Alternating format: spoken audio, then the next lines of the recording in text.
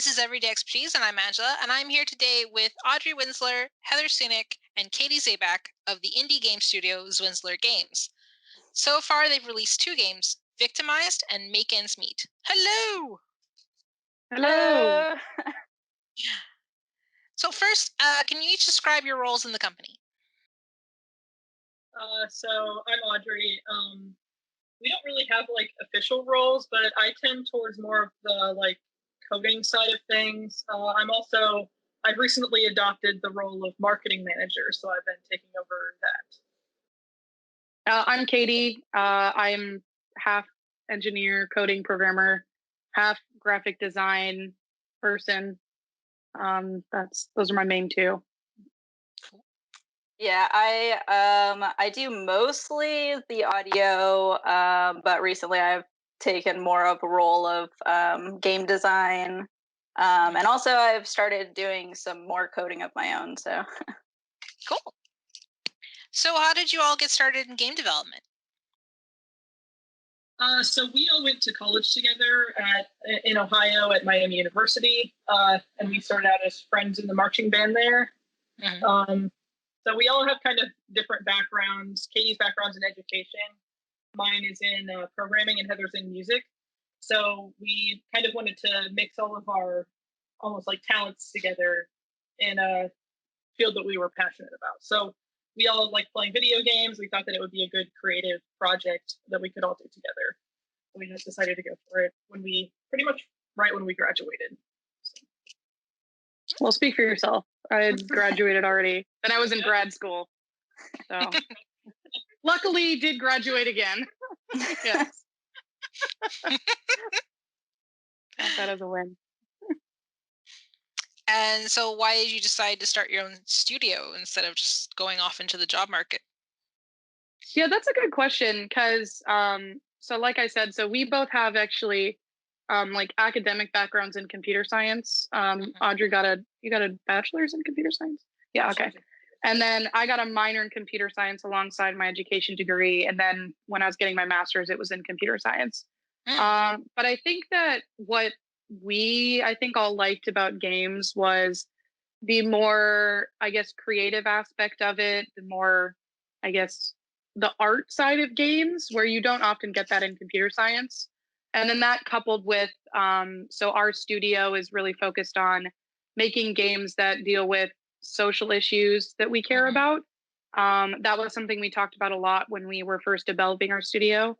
And so that's kind of, I guess, an avenue that we get to explore and interact with in our everyday lives, which is kind of unique, which is the ability to make games and tell stories. And you wouldn't get that as much if you just worked for a big studio, because then you're making, you'd have, some creative control, but it's not the same as just coming up with your own ideas and making your own games. Just the 3 of us, just doing what we want. So, yeah. Yeah, we also, regardless of what we've ever thought was our message or anything like that, we have always come back to the sense of we want to create something really cool together, and that's a very solid thing to hold on to when creating something together as a company. That's cool. I think that's great, and of course, also you get to do it together, right? Yeah, we're a lot of fun. Yeah. So. Yeah, our friendship's all very close. So we're not really coworkers. We're friends. Friends that also make games. Yeah. When we're not playing D&D, we're making games. So on the subject of games, are there any games or developers that inspired you to enter the video game industry? Ooh, that's a good question. I can go because you guys know what I'm going to say. I do. Yes. Yeah, so whenever we talk about, especially with graphics, because none of us have a particularly strong background in graphics, we kind of had to learn as we go. But whenever we're what graphics should we look into for our next project or anything, I always come back to that game company because I think their games just look so cool. Mm-hmm. I just love to I go on their website and I'll just look at the website because I was on their website yesterday. Yeah. yeah, like I haven't played all their games or anything, but I love the look of everything. So that's been like really inspirational to me, just trying to get a good like graphic vision with the graphics in our games, because they have a really strong grasp, I think, of what they want their games to look like. Yeah, I think another one that we talk about a lot, a game that was very impactful, I think, for all of us, but I know you specifically when we were first forming our company. Which Assassin's Creed game was it that you were playing?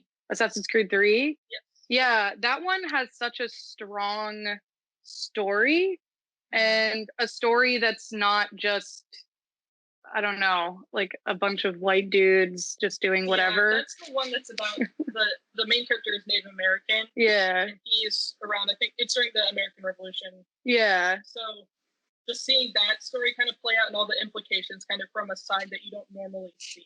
Yeah. Well, isn't the start of the game like you're some dude and like, what is it, the American Revolution, and you kill someone, and then later you're like this.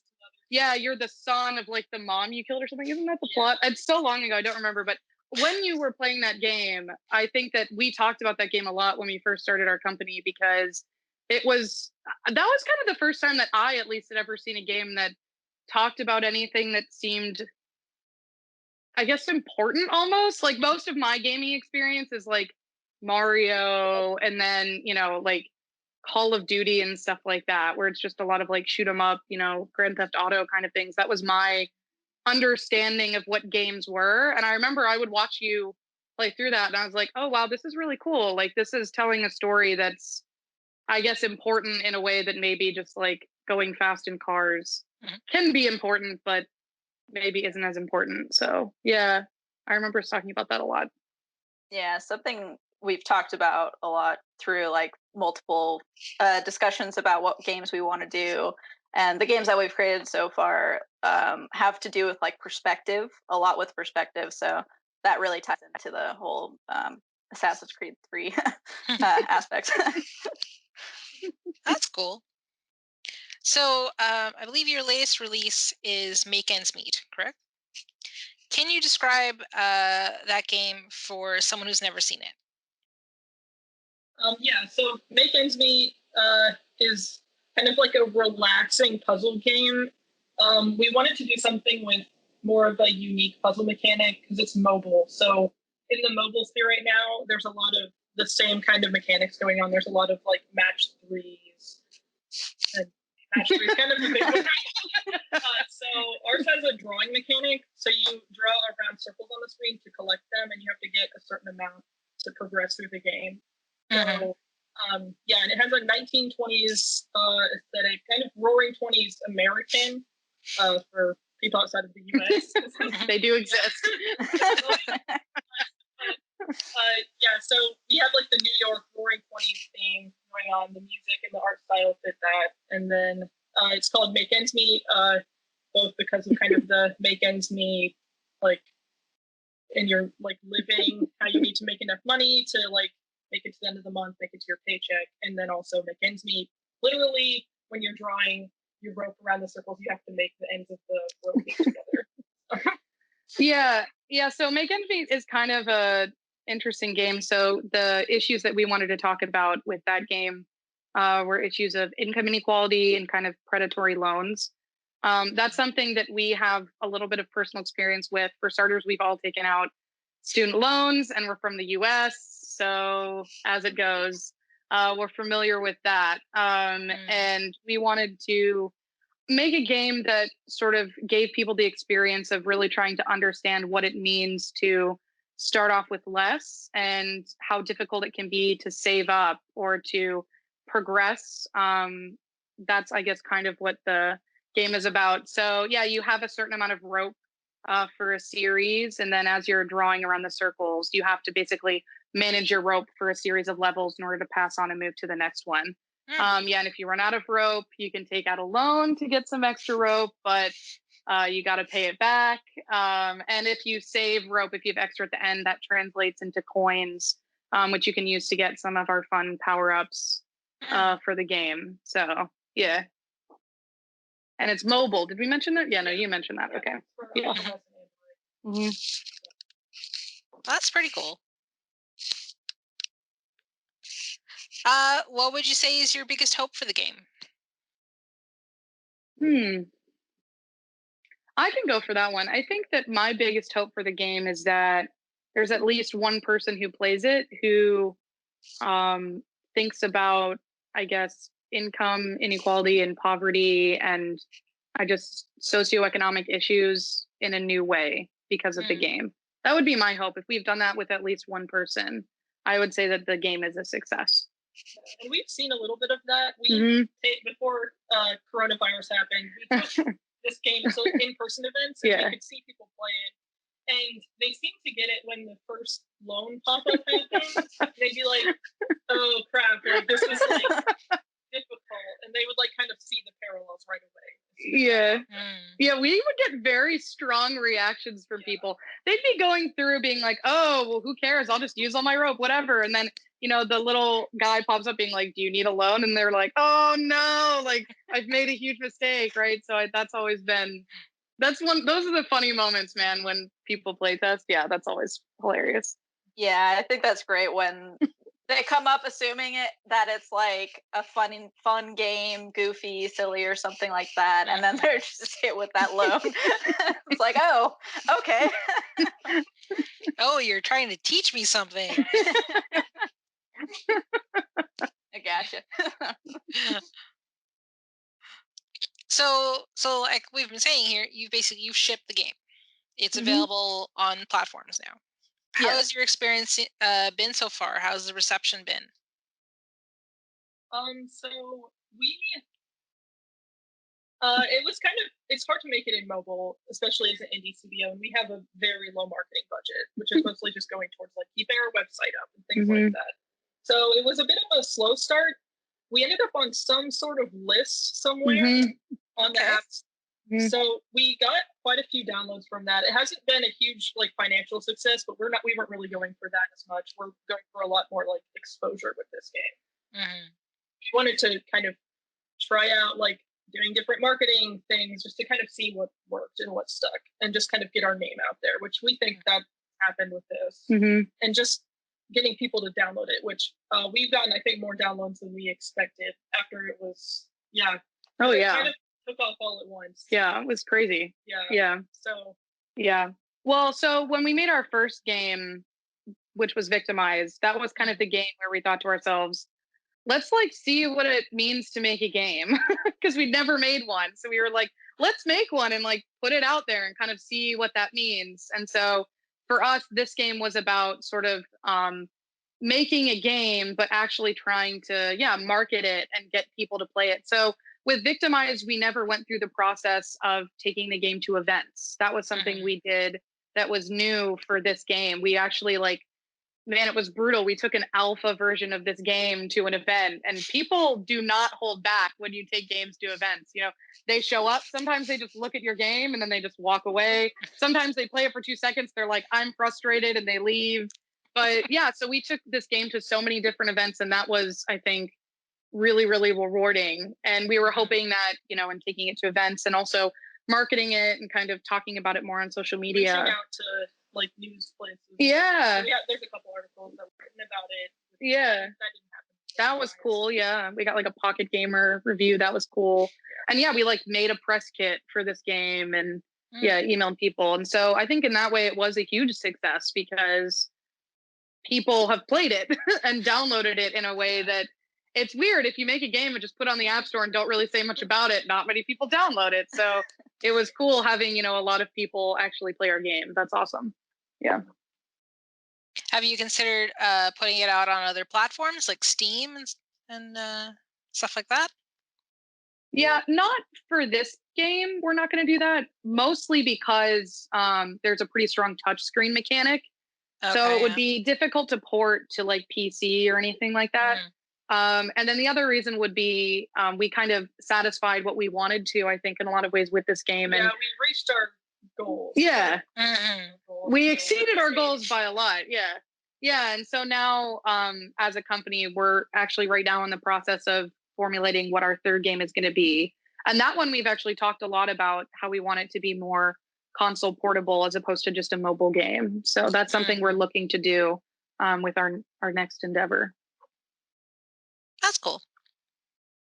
Always moving forward. Yes. So, what is something you wish you'd known about game development and the game industry before you began?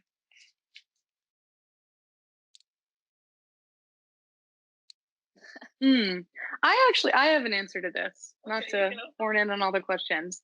I think something I wish I had known when we got into indie games in particular was how like diverse indie games actually are, and how many different people and lives and stories are represented by indie games already. I didn't really know about the field of indie games when we started making indie games. Like I said, I was like a Mario Pokemon girl. Like that was all I'd really gamed.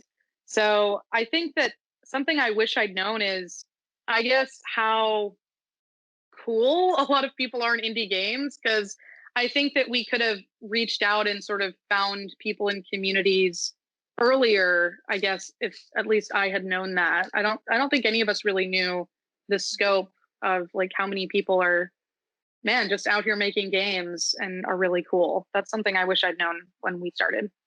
Yeah, it's really easy, especially when you're working on something that's such a big task, to just get into your bubble and kind of not focus on anything else. And so that was really cool, especially when we started going to events. That was it's one thing to see like people from your family playing it and being like, oh, this is great, but like taking it to events and like actually seeing other people that are like, oh, this is cool, this is a really neat concept and stuff like that, like that's always like really a great feeling, at least for me.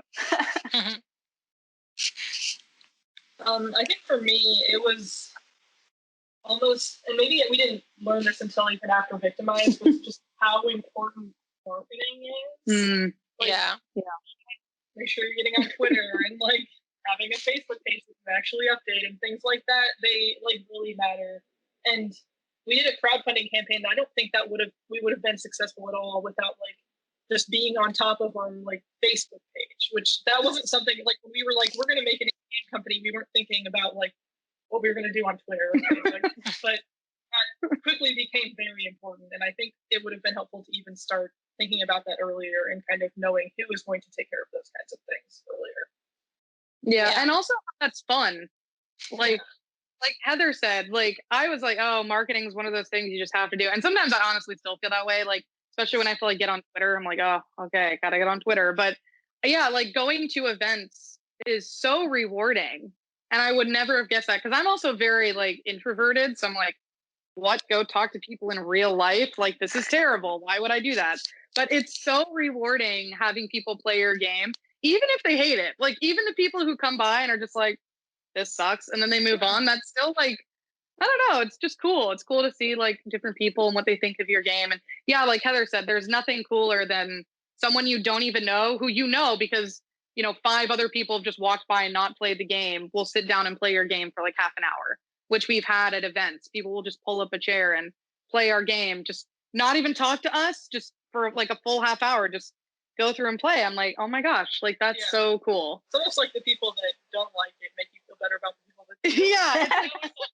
Yeah, it's like, I know you would not do this if you didn't want to, because a lot of people have just walked right by. So yeah, that's very cool. Yeah, and that's different than like your mom, you know, liking your game, because you know your mom's gonna like, she'll like your game, which is your nice, mom will probably like your game. Right? Yeah. If your mom doesn't like your game, you have real problems.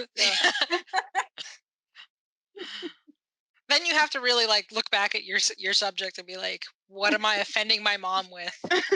Yeah, that's true. Actually, there are probably good games you could make that your mom wouldn't like, and maybe that's a selling point. But yeah, be the tagline for the game that offended my mom. Yeah, our next game's just gonna be called "My Mom Hates This Game." That's actually a good idea. Look out, 2021. Zwinzler Games. We're ready. Okay, well, I mean, that's awesome. Do you guys, if possible, all of you answer, do you have a favorite aspect of making games? I mean, I know obviously the sort of the rush of people playing your game is definitely one, but do you have any other sort of favorite aspect of making games?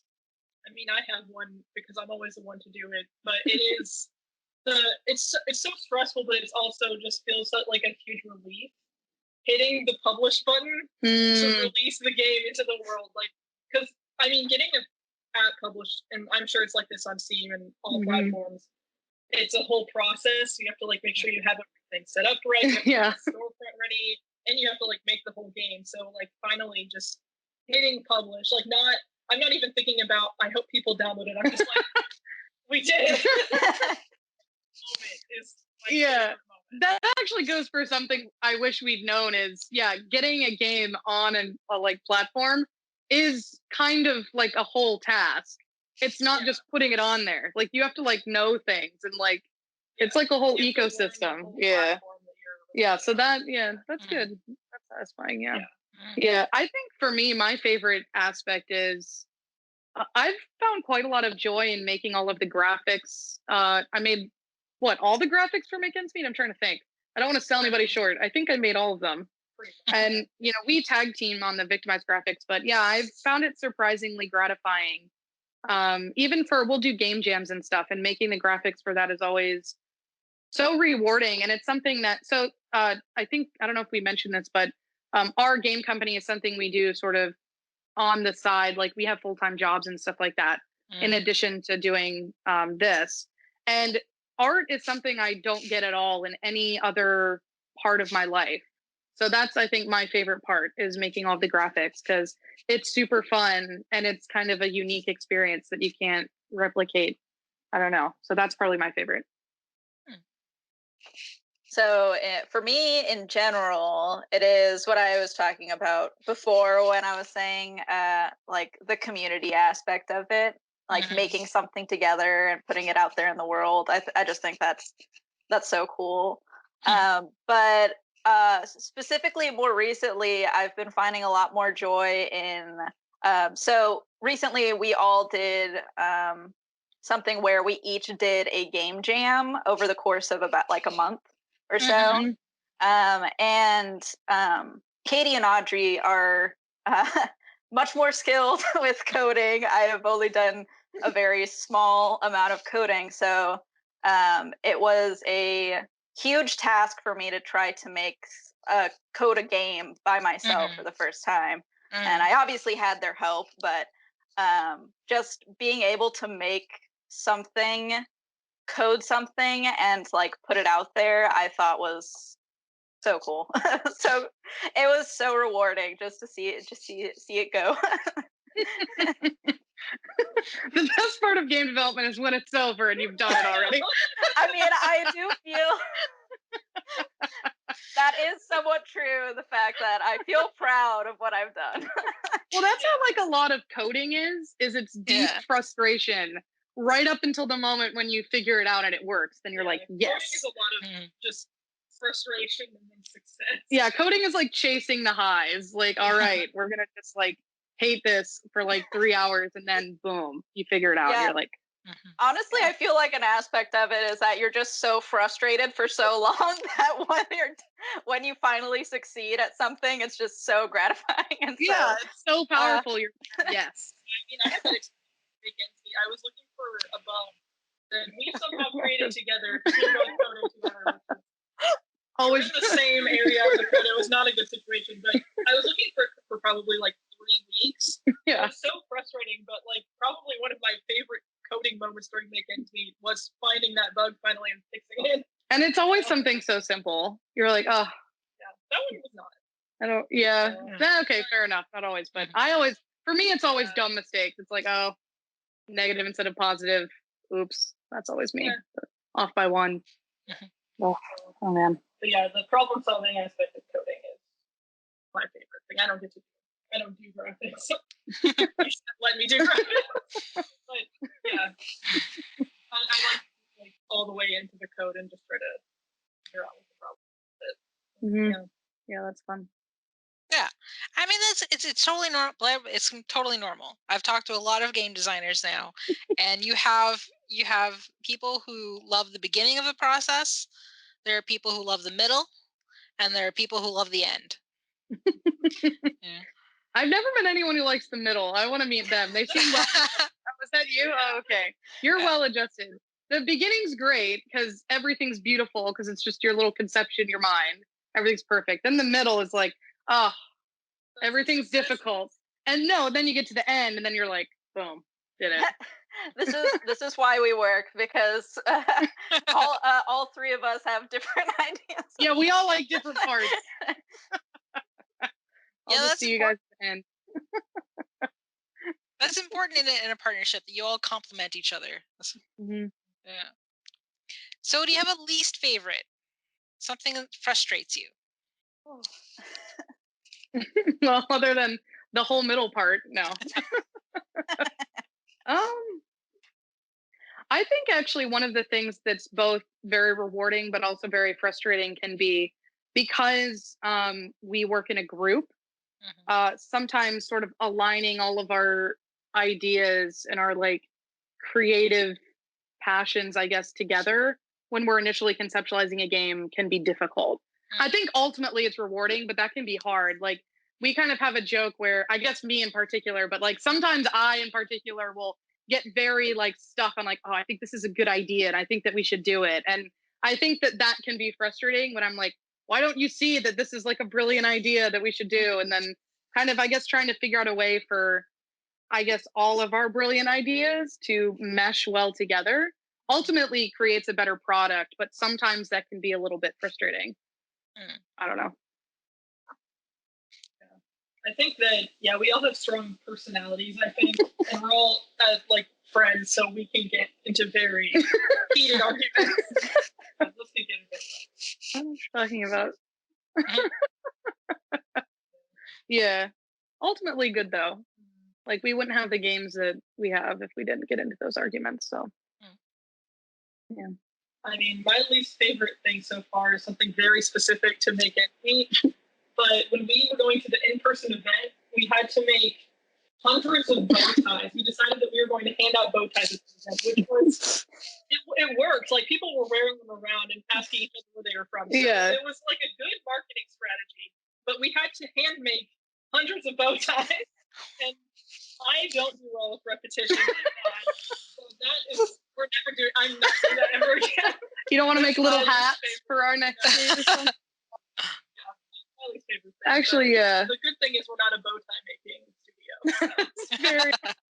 I kind of like that. I had like low-key arthritis by the end, but I just put on like 3 hours worth of Netflix and I was just hot gluing bow ties for like the whole time. Yeah, I couldn't like stand up straight for 3 days, but yeah, I thought about that. Yeah. Yeah. I was the same. I actually liked making the bow tie. But I will say, after making like hundreds of bow ties, I think I made like somewhere around 150 or 200, and by the end I was like, I don't want to see any of these anymore. Well, it just makes you more motivated to give them out. Yeah, like, here, take them, please. I don't want more anymore. Be like the Halloween when you get that last kid and you've got like a little bucket still or whatever, you just hand them everything. Pour it in, yeah, here. No, take 2, take 3. Does your mom want one? Here you go. Open your purse. I think for me, I don't know. This might seem kind of obvious, but being a woman in the gaming industry is very difficult at times and very frustrating, because we have to almost fight to be recognized as coders, a game studio, stuff like that. One story that happened a lot when we were at in-person events is one time I brought my boyfriend to an event, and so it was us 3 ladies who are in the company and my boyfriend sitting at this booth, and people would come up and ask my boyfriend how certain things worked. And so it's kind of a funny story, but at the same time, it's kind of like, oh, okay, well, you kind of assumed that the man made the game, so that's not good. But that is a frustrating aspect, but something that us women find in a lot of places. So. No, and it's a totally valid point. And yeah, I mean, as a company run entirely by women, you're probably still going to get a few of those experiences before, the industry properly changes. Yeah, absolutely. So, how do you all cope with stress or obstacles? Not well, no. Just for me. I actually think that us being such close friends really helps with that when it comes to like company stress and stuff like that. Mhm.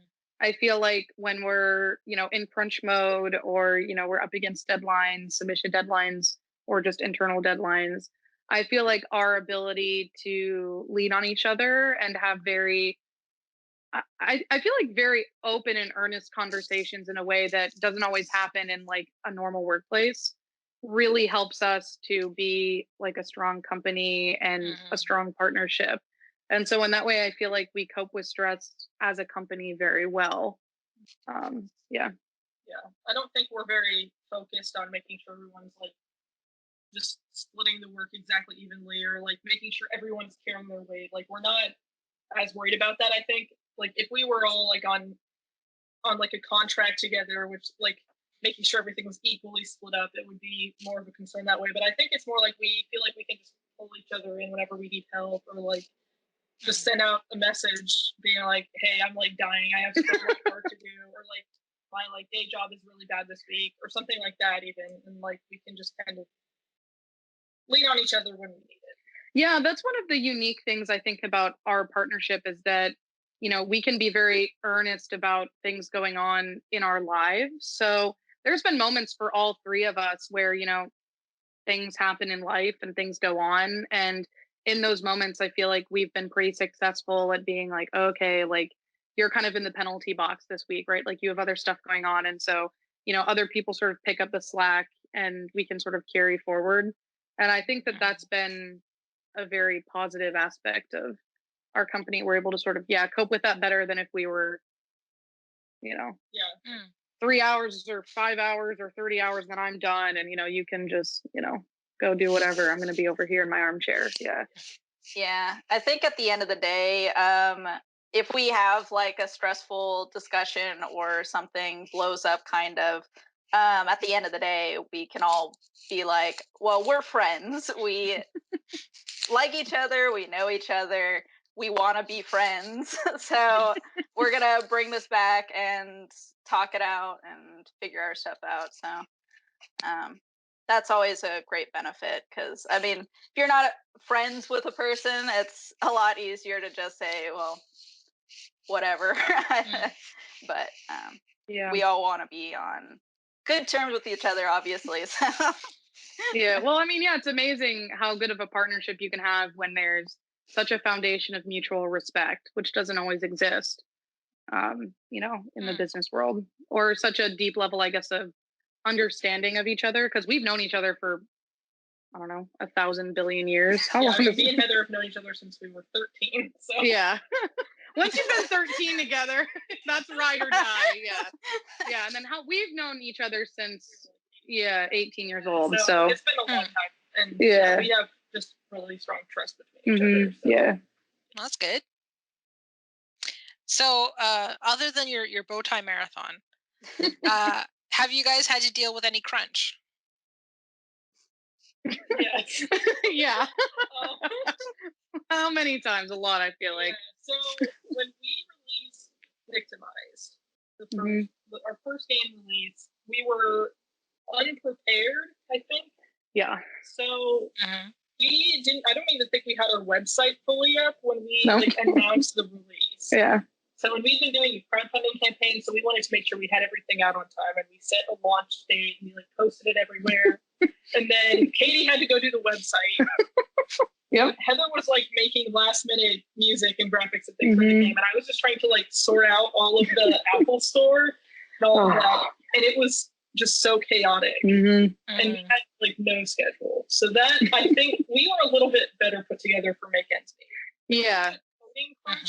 But there wasn't just the scrambling of the first release, so we definitely learned from our mistakes in that way. Yeah. Well, a thing we did a lot in Make Ends Meet is we'd have the deadlines we'd often have for Make Ends Meet were deadlines to submit for different events. You can submit your game and people will judge it and stuff like that.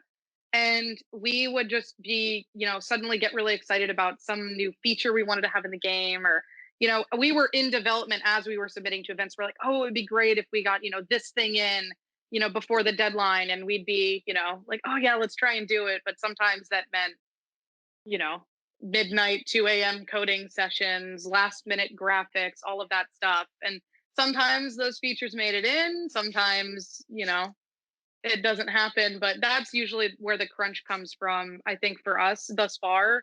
After we learned from Make Ends Meet or from Victimized to be a little bit more prepared. But I think the events actually helped us because it was almost like we were doing a bunch of like mini crunches instead of a big one at the end. Yeah. So by the time we got to the end, we had pretty much everything put together with the game. Yeah. All we had were bug fixes. Yeah. Which only went long because it took 3 weeks to find that one. So other than that, we were good. The elusive bugs. Oh my gosh, yeah. Well, that's good. So I think we've talked about quite a bit, but do you guys have some advice to people starting out in indie development? Do game jams. Like, you don't need a team to do it. There's like one for literally everything. Like Heather did a cursed image game jam, which is like the most specific thing I have ever heard of. So, and you don't need to make anything good, and you can just get feedback right there. Like, it's kind of perfect. Like, you can go through a full development and release cycle in like a week or 2 weeks, a month, or whatever you want. Which, yeah, I mean, if you want to get started, that's the way to do it. You don't need a team. You don't need a bunch of time. You don't really need that much. And they're fun. Yeah. And sometimes people will really like your game and write nice comments, and it's cool. Yeah. Yeah. Heather, do you have? I'm still thinking.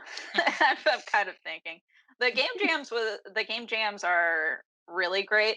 Not only that, if you are working with like a small studio like we are, it's also a great team building exercise because that is it's usually a very short amount of time. Like if you're doing a weekend jam, stuff like that, it really like pushes you to work together to accomplish the game jam. Another thing I would say is don't be afraid to make mistakes. Like mistakes are gonna happen. They're just gonna happen. But it's important to like realize that like even if you don't make Assassin's Creed, like what you make is yours and it's something you created. So yeah. Yeah, so I have advice, but I don't know if it will be like, I don't know. I'll just say it. So I think there's this like I don't know, trope saying or whatever in business where they say like, don't do business with your friends. Like, what is this? Is that the saying, right? Like, don't go into business with your friends. Like, I think that is both good and bad advice. So I think that my advice would be like, especially if you're wanting to get into indie games, like do business with your friends, but know that building something and meeting deadlines and crunching is very stressful. And so I think you kind of learn where your friendships really are at when you are doing a business with friends. But I also think that if you can do it right, it creates such an opportunity to build something together that's so unique to, I don't know, I've never been in something as cool as like making a game with my friends. It's such a like intimate and fun experience. And I would say that if you're wanting to get started in indie games and you have friends that also want to do that, I think if you trust those people and you know that you can weather storms, I would say do it. And I would also say tell like your stories through indie games, because I think that even though I said earlier, like the indie sphere is very diverse, and it is, I think there's always room for more people to be telling their stories and, you know, sharing their perspectives through games, and to be able to do that either by yourself or with your group of friends is awesome.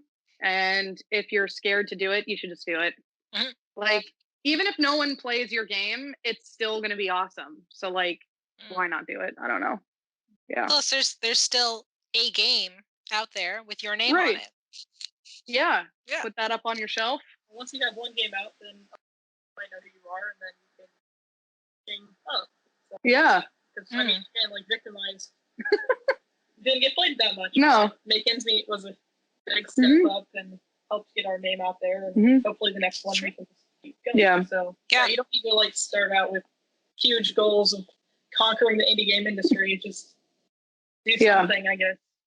Also, have a weird studio name with high SEO, because we did that, and that has actually been pretty successful. Yeah, people very frequently recognize our name because it's so weird, and like if you Google us, it's just us, no one else. It's true. Like, who else would name that? So that's my business advice for all you indie studios out there. High SEO studio name. Don't make it like, I don't know, Flashlight Games or something. Make it something really weird. Actually, that's kind of a good one. Yeah, do that. Actually, that's cool. I'm sure it's taken. Yeah, probably. Yeah. So one last piece of advice, I guess, is something that we didn't really get into until I think was maybe a little bit late. Is, I mean, all over the world, like we've been in Boston, Cincinnati, and in Maryland. There's meetups for game developers or indie game enthusiasts or gamers or whatever you're looking for, pretty much. And I would strongly recommend to just go and like see what's up in your area. You can make friends there. You might find other people that have made a bunch of games already. People that might want to like try out a game just for fun. Like pretty much anything you're looking for is out there, and the gaming community is like growing. So yeah, you'll be able to find something, and that'll just kind of, I think, help you get just your feet on the ground in gaming, and you can just go from there. Yeah. Also, not to piggyback off of that, but similar to that advice is have people play your games early often. Like as early as you can get someone to play through your game, I would say do it. It is so, and not people who like have previously played it. Have someone who you just give them, you know, whatever device and say, all right, go play this and see what they say, and don't listen defensively, listen very openly, because they're going to tell you things that are ultimately going to help make your game better and honestly more accessible, because the more people that play your games, the more you'll realize what things might be confusing or weird or not compelling or difficult. So yeah, it's super motivating. Yeah, 100%. Yeah. Well, that's good. That's all very good advice. So what is up next for you guys? What can you tell me? What do we know? We've been kind of in the middle of brainstorming, kind of looking at initial design stages of things, and kind of doing a bit of an overhaul. Like we're overhauling our website right now. So yeah, we're just trying to get set up for our third game. But yeah, probably for not mobile this time. Probably going to be going for more like the Steam console route. We had our first two games. We kind of had the idea for both of them around the same time. So we made our first game, and then we immediately started development on our second one. So this is kind of the first time that we've kind of had a moment to sort of take a breath and sort of think about what we want our next game to be, and sort of incorporate all of the knowledge we've gotten over the last, 4 years or something crazy? Yeah, that we've been doing this, and we're going to use all of that to really take some time to come up with what our next game idea is going to be. And it's going to be awesome. Yeah, we're looking once we're looking to do something a bit bigger, a bit more involved. Not to say that our games are small, but they are mobile games, and they are kind of compact. So, yeah. Cool. So how can people find out more about you and your studio? Oh, that's a great question. At us on Twitter or Facebook or Instagram. At Zwinzler Games on everything. We do have a website. Depending on when this podcast lands on your internet, our website might be newly updated, but no promises. And yeah, you can also, if you're interested in talking to us, I guess more than like a Twitter DM or something, we do have an email on our website, so you can hit us up there. We keep going to events, and we're in a bunch of Maryland game groups and just kind of all over the place. So if you see Zwinzler Games, you can just shoot us a message or whatever you want to do. Yeah, if the world ever opens up again, you'll see us at events in person. Otherwise, only digitally. Yeah. Cool. And we have links to all, as much as we can, in the description of the video right below. All right. Thank you very much. Thanks for having us. Yeah, thank you very much. This was fun. Yeah. Thank you. Thank you, everybody, for watching. This has been Everyday Expertise. Bye. Thanks for watching. We hope you enjoyed this interview. Be sure to share this video with friends and colleagues who may also enjoy this topic. Let us know your thoughts by leaving a comment below or check the description for our social media. See you next time.